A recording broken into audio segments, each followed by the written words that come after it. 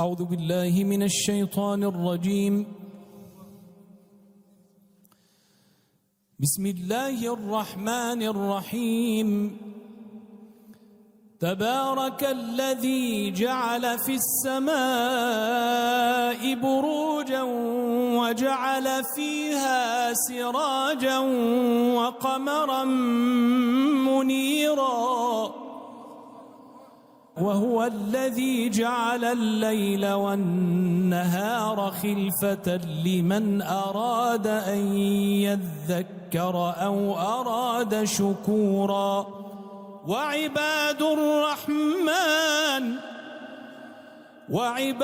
الرحمن الذين يمشون على الأرض هونا وإذا خاطبهم الجاهلون قالوا سلاما، والذين يبيتون لربهم سجدا وقياما، والذين يقولون ربنا اصرف عنا عذاب جهنم إن عذابها كان غراما إنها ساءت مستقرا ومقاما.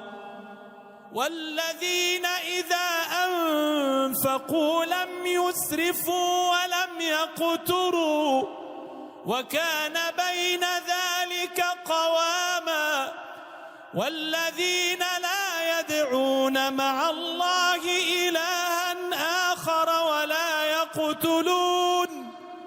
ولا يقتلون النفس التي حرم الله إلا بالحق ولا يزنون، ومن يفعل ذلك يلقى أثاما يضاعف له العذاب يوم القيامة ويخلد فيه مهانا إلا من تاب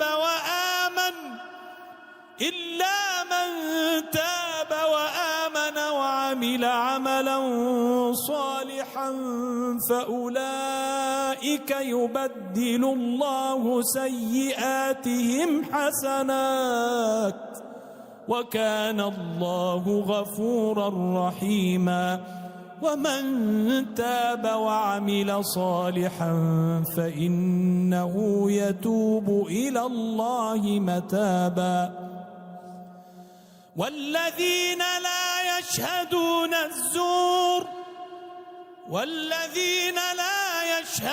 الزور وإذا مروا باللغو مروا كراما.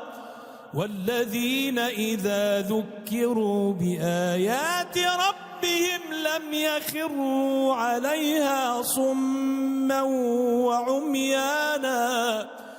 والذين يقولون ربنا هب لنا من أزواجنا وذرياتنا